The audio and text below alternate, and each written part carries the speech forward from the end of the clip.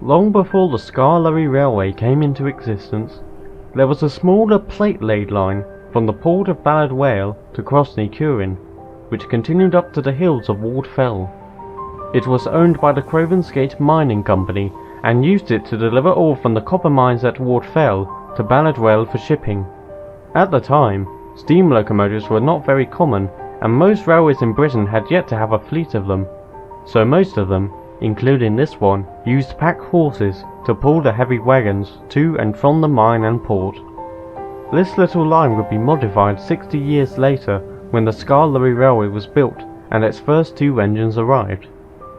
While the mine at Ward Fell was no different from any other, it did have one particular aspect that made it stand out. Upon one of the mountains stood a large mysterious boulder. No one knows how long it had been there, but it has been believed to have existed long before the mining company was formed. Eventually, the mine closed in 1909 and the line between it and Balladwale was ripped up, as there was no longer any need for the port. The line had also shifted its focus from ore to not only passengers but slate as well. They, along with any other goods, were transported to the mainland via the Sodor and Mainland Railway and later the North Western. Despite the focus change, there was no definite answer to why the copper mine closed. Neither the railwaymen or the two engines, Scarlery and Reneus, talked about it, and soon theories were created regarding the subject. The most popular belief is that it was simply due to a lack of traffic, and indeed, all traffic did reduce at the start of the 20th century. However, that wasn't the main reason. In fact, the truth of the mine's closure was a lot more unusual and more terrifying than anyone could imagine.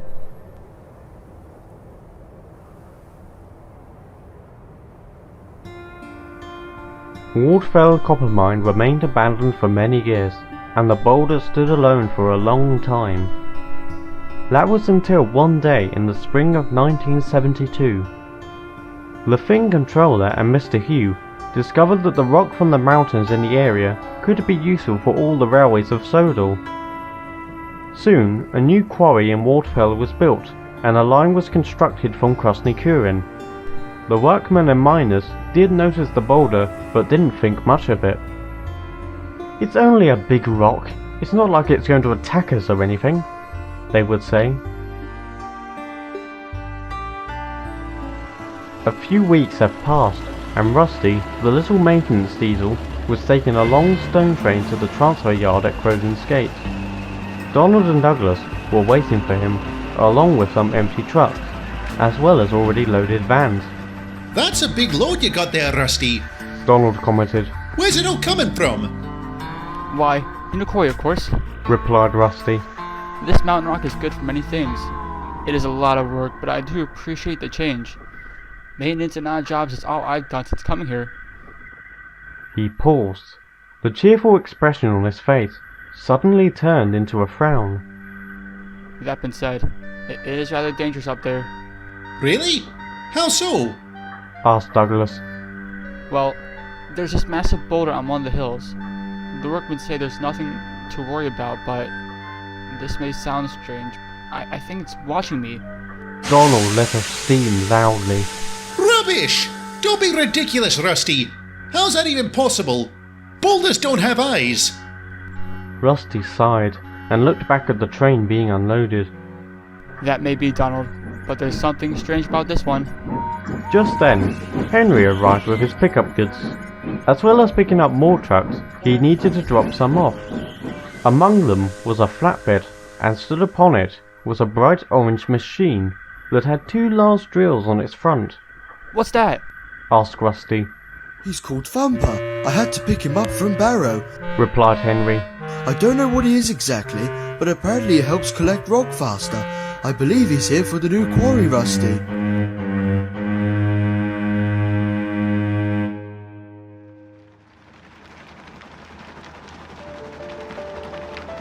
Soon, Thumper was working hard. His front drills were used to dig rock out from the mountains. Before long, it was coming at a higher rate, and stone trains became longer. The miners were pleased, and so was the thing controller. But no one bothered to check the boulder. Stones on the mountain it stood upon began to weaken from the vibration of Thumper's drills. The only one who showed concern of this was Rusty, but when he told the others, Duncan and Sir Handel weren't convinced. Don't get me wrong, Rusty. I do like you. But I think you're overreacting to all this. Duncan said. Indeed. Chuckled Sir Handel. All this extra work has gone to your radiator. You can say all you like, but there's something about Boulder that's not right. Something the thing controller isn't paying attention to. Rusty, do yourself a favor and relax. Just then, Rusty's driver returned from the staff room. Come on, Rusty, one more train from the quarry and we're done for today. He said. Rusty was nervous, but said nothing as he set off up the line.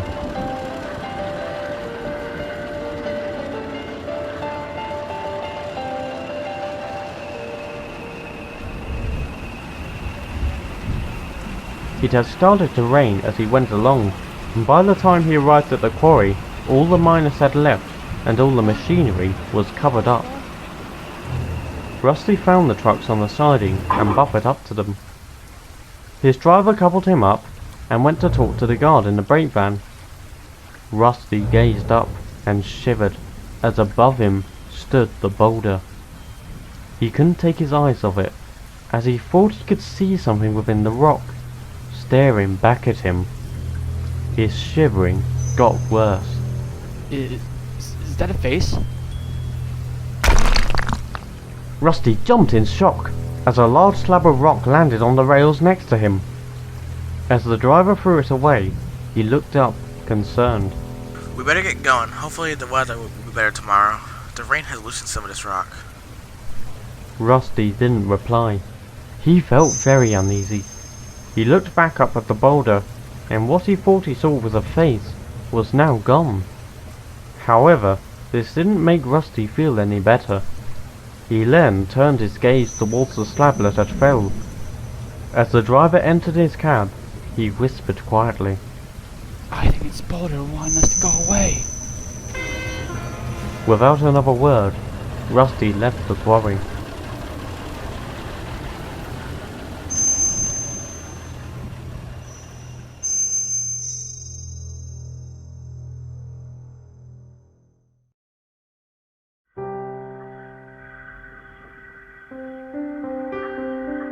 Rusty didn't sleep well that night, and was exhausted the next morning. Duncan was next to him, and decided to have some fun. Off to the quarry again, Rusty.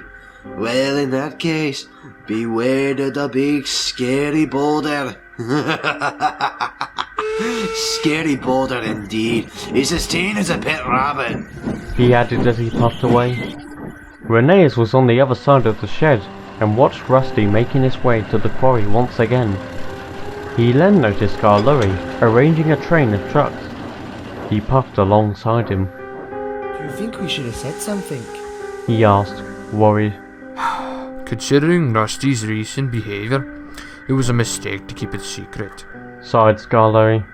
I didn't believe those stories, but now I'm not so sure. I'm going up to the quarry this afternoon with some workmen, so I'll tell Rusty everything. Leave that to me, my friend. I'm going up there now with more equipment for the miners. I would like you to inform the Thin Controller about this. I don't know if he believes in this sort of thing, but he must know regardless. Reneus wasn't sure. The Thing Controller had put a lot of work into the new quarry, so he might not be pleased if he had to break it all down. However, for the safety of everyone, it had to be done.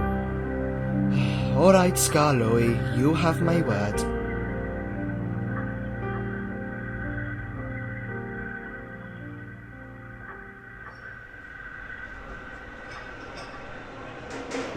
As Rusty and his driver had hoped, the weather had greatly improved from yesterday, and the sun shone above them. The quarry was now filled with more machines, including Thumper, who was working harder than ever. Rusty was working some distance from all the noise and dust the machines were making, and was actually near the boulder. He soon realised that probably wasn't the best idea. As he began to move away, he noticed something in the corner of his eye. There was a small rock slide on the side of the mountain next to him. None of the machines were close by, so they couldn't be the cause. He then looked up. Boulder's moving! Don't be so daft. It can't. But it could, and it did. It went over the edge and crashed to the ground in front of the little diesel, who felt like a small rat compared to its scale. Rusty began to back away in intense fear, but the boulder seemed to have other ideas. It's rolling along our line! Rusty tooted his horn loudly to get the miners' attention. They looked away from their work and were horrified at the sight, but were too far away to be of any help. Rusty hurried down the mountain away from the quarry. Boulder wasn't far behind, as the ground constantly shuddered as if there was an earthquake. Suddenly, just ahead, the driver saw a set of points, with one line being a siding. They reached it just in time, and Boulder thundered by. Rusty was relieved both he and his driver survived, but he knew it wasn't over. If we heard it crossing Carwin, we can phone the yards and warn them. Let's hope there are no more engines in its path.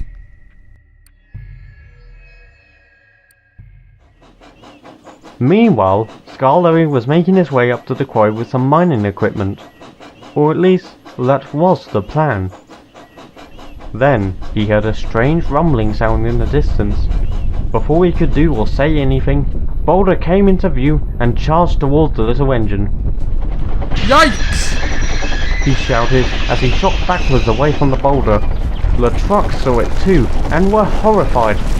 On! On! Bump him! Bump him! Make him go faster! Make him go faster! They yelled. With this surprising encouragement, Scarlery was able to reach a high speed, but Boulder was catching up to them fast. As they approached Krasny-Kurin, a signalman diverted them into a siding. Boulder destroyed a water tower as it flew by and nearly hit the station platform. The passengers were not hurt, but were shocked and shaken. So were Scarlery and the trucks. Just then, Rusty hurried in, concerned at what he saw. Scarlery? I'm fine, but we must warn the yards. Quickly, their drivers rushed into the station. Do you know if any other engines are coming up the line? Scarlery was about to reply, but then froze and gasped. Rheneas! He said he was coming up earlier. He could... We have to go now! Rheneas was coming up the line with Agnes, one of the railway's coaches, filled with workmen. She was the only coach available and wasn't happy. I'm a first-class coach, not an affiliate importing workspan, she complained. Rheneas sighed. He was annoyed, as he hadn't had a chance to speak with the Finn controller. Suddenly, he heard a rumbling sound from up ahead. I said, what's that? Then, Boulder hurried round the bend towards them. Rheneas couldn't believe it. It can't be! It's running loose! Yikes! His driver drove him back as fast as he could, while Agnes wailed frantically. However, his speed couldn't outrun the large rock monster that gained on them. As he was sure he was about to get crushed, he felt a large bump and found himself leaving the rails and resting on the ground, inches from the boulder as it went past. I knew there was something wrong with these tracks, though I didn't think they would save us. Some of the workmen were injured after being jolted from their seats during the derailment, but realised it could have been much worse. Agnes, on the other hand, was very upset. Some ballast had flew off the ground when Boulder came into contact with it, and had hit her windows. I feel so smashed. I feel so smashed. Rather a smash than a squash.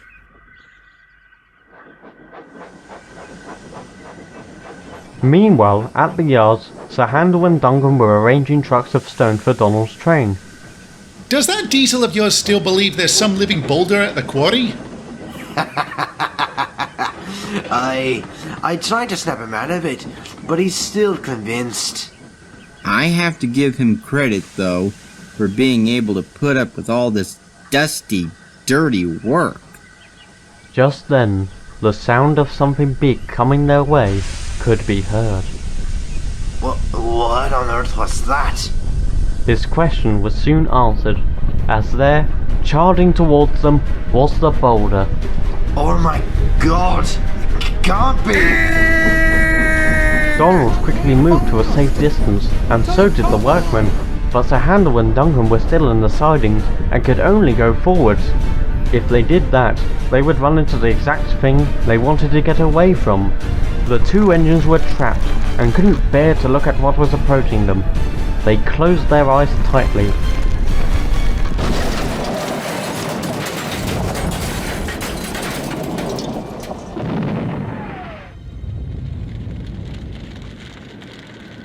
After hearing a crash and an explosion, but feeling nothing, Duncan and Sir Handel opened their frightened eyes.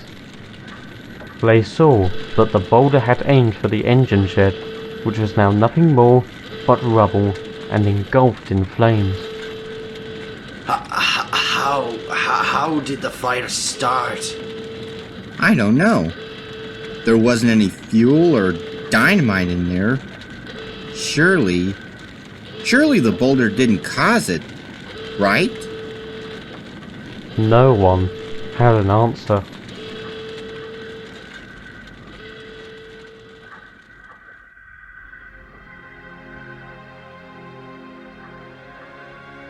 A few hours later, the fire had been put out, and the Thing controller arrived to inspect the damage.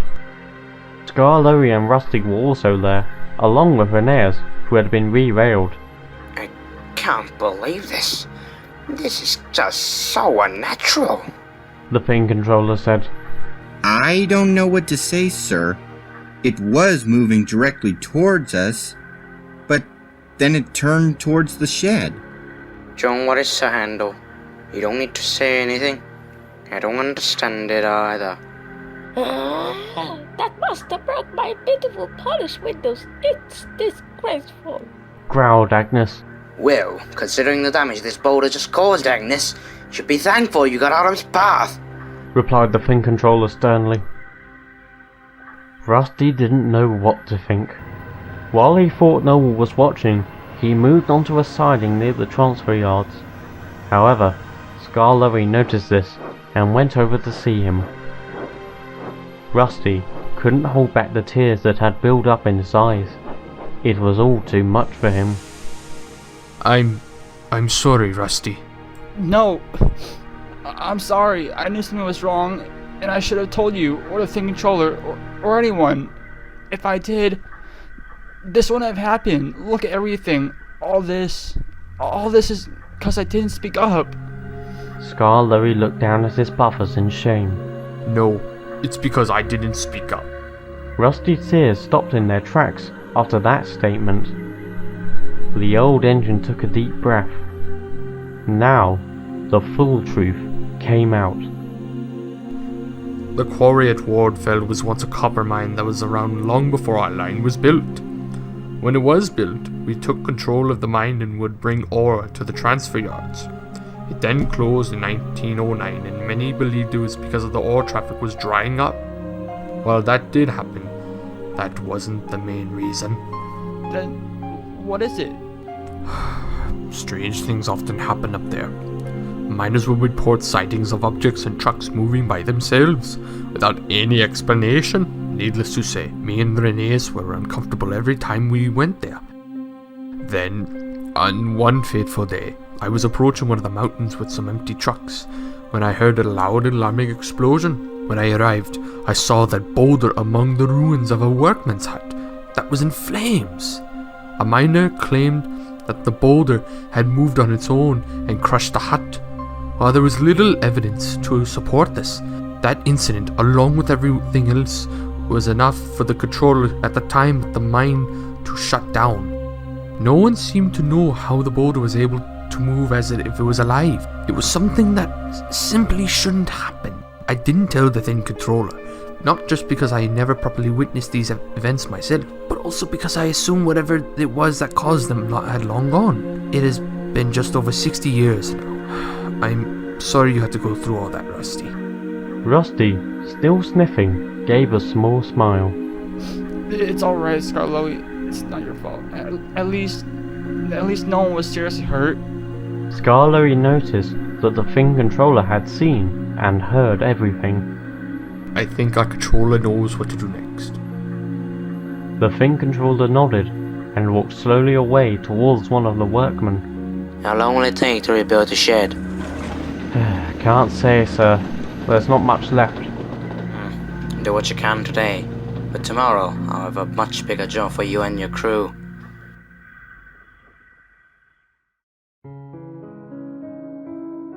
The following day, the Thing controller announced that the quarry was going to be shut down. Scarloey offered to take a works train to rip up the line leading to it, while Rusty took his morning passenger train. The Thing controller watched as the workmen took up the rails and sleepers one by one before loading them into trucks. He noticed Scarloey looking glum through the whole process. You didn't do anything wrong, Scarloey. I should have researched more about this place before opening it. Well, like Rusty said, no one was seriously hurt, and that's the important thing. The Thing controller began to walk away, but then stopped and looked back. We should have left this part of the island alone, he said thoughtfully. Scarloey couldn't agree more. Eventually, the mines of Waterfell were abandoned once more, never to be operated again. The shed was reconstructed within a month and was even extended to fit more engines. During that time, the carriage shed had just enough room to house one engine, along with all the coaches.